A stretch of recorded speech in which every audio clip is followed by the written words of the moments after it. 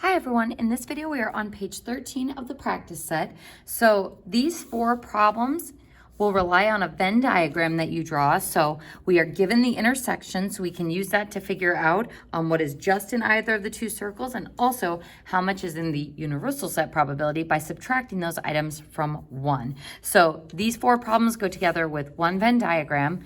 These 4 problems at the bottom are all conditional probability. And how we know that is we see what's the probability of getting a 2 given that the number rolled was odd? Or given that the number rolled was a 6, given that something happened, given that something happened. So all 4 of those are conditional probabilities, but we're gonna go over some conditional probabilities on the next page together. So I'll leave you to do those ones on the previous page. We're gonna look at the ones on page 14. So if 2 fair dice are rolled, find the probabilities of the following results. And the first thing it wants us to do is state the sample space. So we've got 2 fair dice, so I can roll a 1, then a 1. A 1, or let's do a 2 and a 1. A 3 and a 1, a 4 and a 1. 5 and a 1, a 6 and a 1. And then we could do a 2 and a 1, a 2 and a 2, 2 and 3, 2 and 4, 2 and 5, 2 and a 6. So what I'm going to do is I'm going to go all the way across and do the 3 ones. This is just to help me space it out. Whoop, not 3. 4, 1, 5, 1, 6, 1, and then 3, 2, and then I start doing my columns. So you can set yours up however you like. Just make sure that you are able to write that entire sample space on your own because that will be part of your test.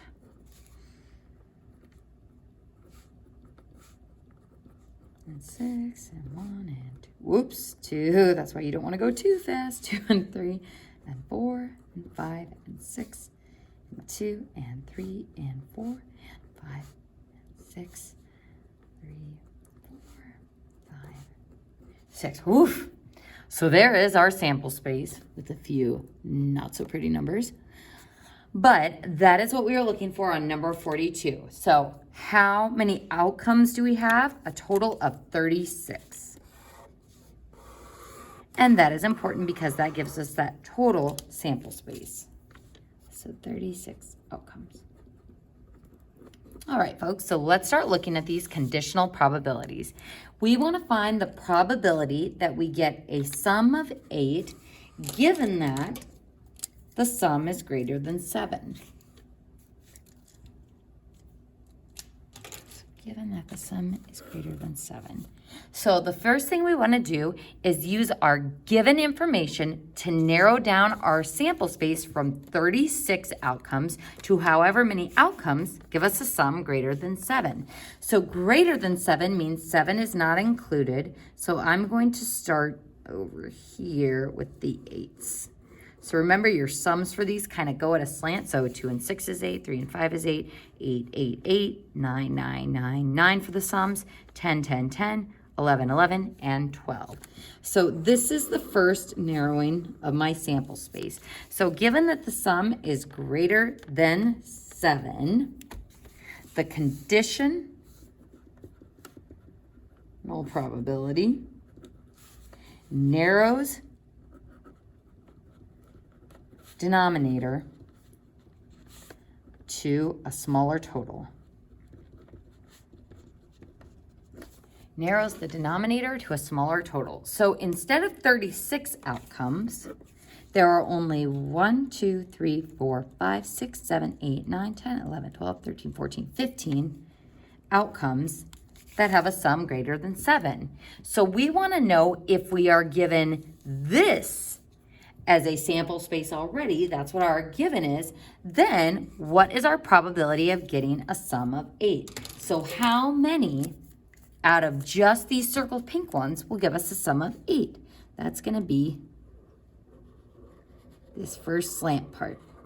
So 1, 2, 3, 4, 5 will give us a sum of 8 out of this given that the sum is greater than 7. Now, are we going to leave our answer like that? No, make sure you simplify that to be 1/3. So again, notice that our denominator was 15 for this instead of 36. So it narrows down your sample space size. So a sum of 6, given that the roll was a double. So a sum of 6, given that the roll was a double.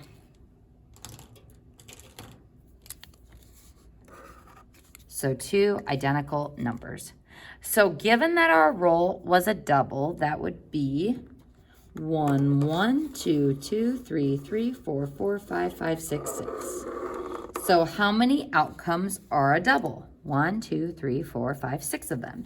So there's my narrowed down sample space. So if we know that the roll was a double, what's the chance that the sum was 6? Only one chance if I roll a 3, 3. So our probability is a 1 in 6 chance.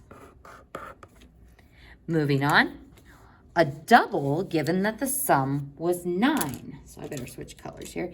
Given that the sum was 9, that narrows me down to this block, well, triangle of sums. Actually, just this slant. So sum of 9, not greater than 9. So that gives me 1, 2, 3, 4 outcomes where my sum was 9. So if the sum is 9, how many outcomes are there where I get a double? None. So I have a 0 in 4 chance, or making sure you simplify that probability, 0 divided by 4 is 0.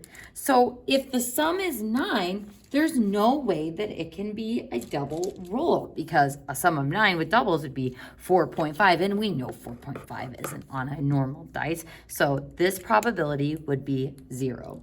So let's go ahead and try this last one. A double, given that the sum was 8. So given that the sum was 8, that would be these circled red ones again. A sum of 8. So 1, 2, 3, 4, 5. Narrows down my sample space. Instead of 36, we have 5. What are the chances of it being a double if the sum was 8? The 4, 4 is our only chance. So a 1 in 5 chance.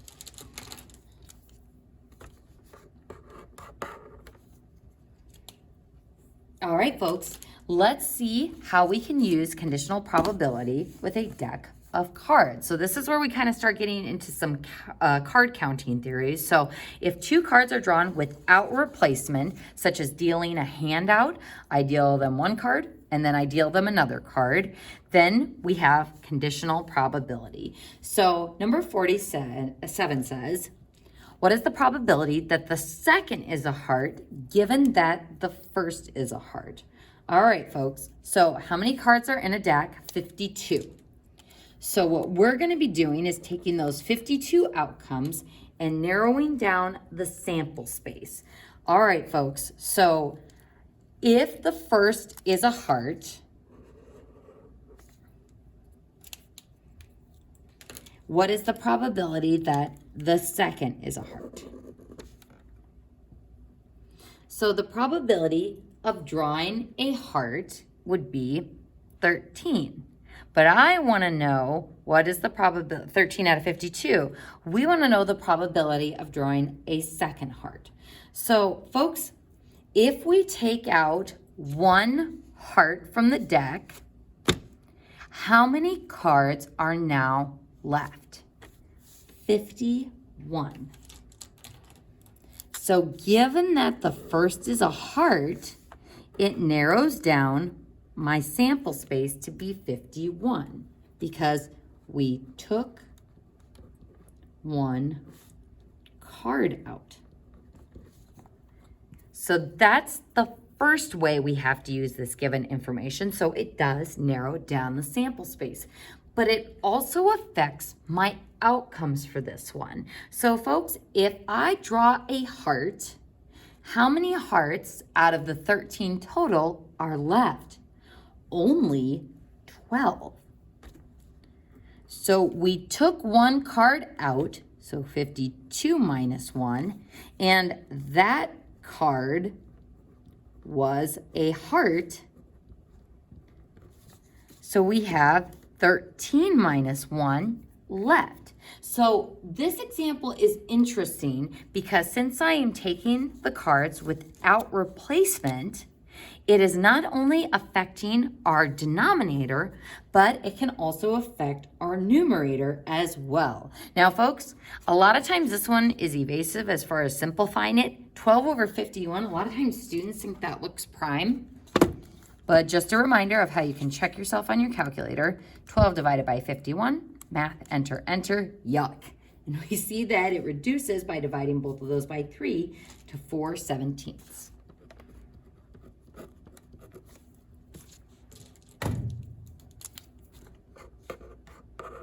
All right, folks, let's go ahead and look at number 48.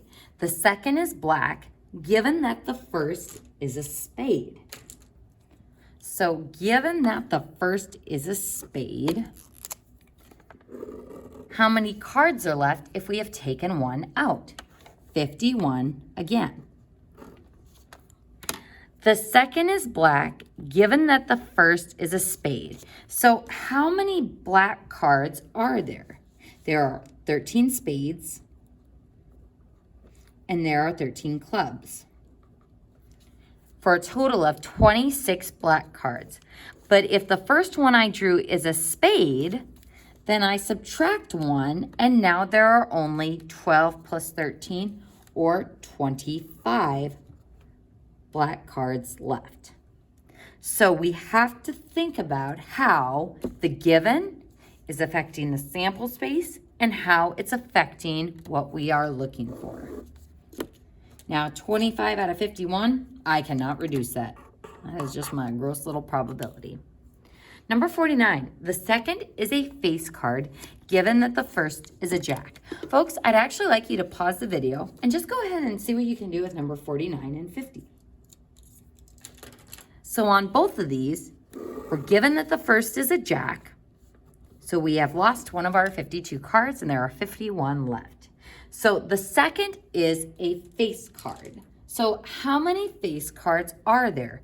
3 per suit, 4 suits, so there are 12 face cards.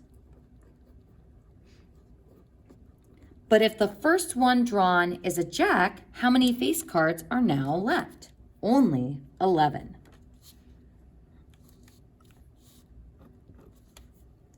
So one left, one less after taking one out. And unfortunately, I cannot reduce that fraction. So that answer. All right, folks, the second is an ace, given that the first is not an ace. So this is kind of interesting because we can use, the word is escaping me right now, complementary. We can use complementary probabilities to figure out this one. So, given that the first is not an ace. Actually, no, we won't use we won't use complementary probabilities on that. I keep wanting to say conditional probabilities. So this one is just a little bit tricky based on the wording. So given that the first drawn is not an ace. So we draw one card, and we don't know what it is other than the fact that it's not an ace. So 51 cards left. We want to know the probability of the second card being an ace. So this first card that's drawn, it could be the 2 of clubs, it could be the queen of spades, it could be the king of hearts. Given that it's not an ace, how many aces are left? There are 4 aces. So this card that I have drawn is not affecting the probability that I am looking for. So it is 4 out of 51. So that is my probability because the first one wasn't an ace.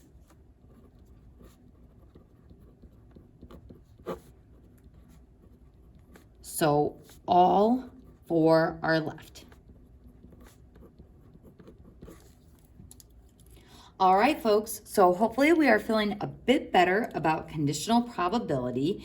And actually in the next In the next problem, we're going to go ahead and go through this one as well. So this is the same situation as page 9, number 27, which was the, apparently not page 9. Page 13, number 27. Sorry about that. So page 13, number 27, where I've got those slips of paper where I can't get doubles because I am removing those slips of paper without replacement. So we're going to rewrite the sample space for this one. So I can draw slip number 1 and slip number 2, slip number 1 and 3, 1 and 4, and 1 and 5. I can draw 2 and 1, not 2 and 2, 2 and 3, 2 and 4, and 2 and 5. We can do 3 and 1, 3 and 2, not 3 and 3, but 3 and 4, and 3 and 5. Then we can do 4 and 1, 4 and 2, 4 and 3, not 4 and 4, but 4 and 5. And then 5 and 1, 5 and 2, 5 and 3, and 5 and 4. And again, folks, I'm making you repeatedly write these sample spaces because you have to be able to do this for the test. And it's going to be important for what we do in the next chapter as well. So being able to write the sample space and count the outcomes, which there are 20 here, will be important. So, folks, if you're feeling good about conditional probability, maybe you want to go ahead and pause the video and try these problems on your own first, 52 through 55. If you want me to guide you through them, I will go ahead and do so now. So the probability that the first number is 3, given that the sum is 7. So we are given that the sum of the two numbers is 7, which occurs here, here, here, here, and not in column 1. So we're given the sum is a 7, so that's our narrowed down sample space. There are only 4 times I can get a sum of 7. So given that the sum is a 7, find the probability that the first number is a 3. That only occurs for this outcome, so I only have a 1 in 4 chance of that happening, given that the sum is 7. Moving on to number 53. The probability that the first number is 3, given that the sum is 8. So we're given that the sum is 8 this time, which occurs here, and not here, since I can't have double 4s, here, and not here, and not there either. So there are only 2 times that I can get a sum of 8. So the probability that the first number is 3, given that the sum is 8, we have 1 time where that can occur. So a 1 in 2 chance, or 1/2 probability. Looking at our next one, the probability that the sum is 8, given the first number is 5.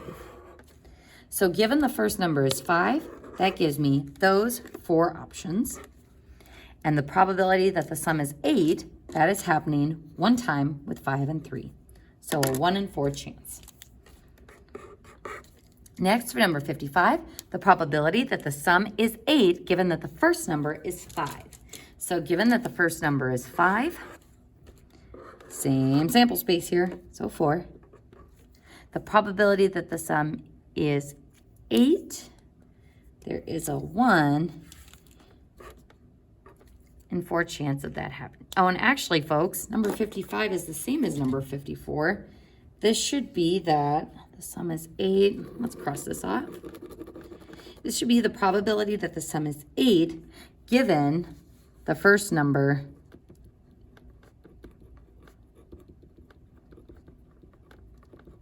is 4. Sorry about that. So not that probability. So given that the first number is 4, so that takes me to those 4 options. So where do I have a sum of 8 out of those 4 options? None of them. So I have a 0 in 4 chance. And folks, just like we need to simplify our fractions fully, 0 divided by 4 is 0. So I expect you to simplify that fraction as well. And that concludes page 14 of the homework packet.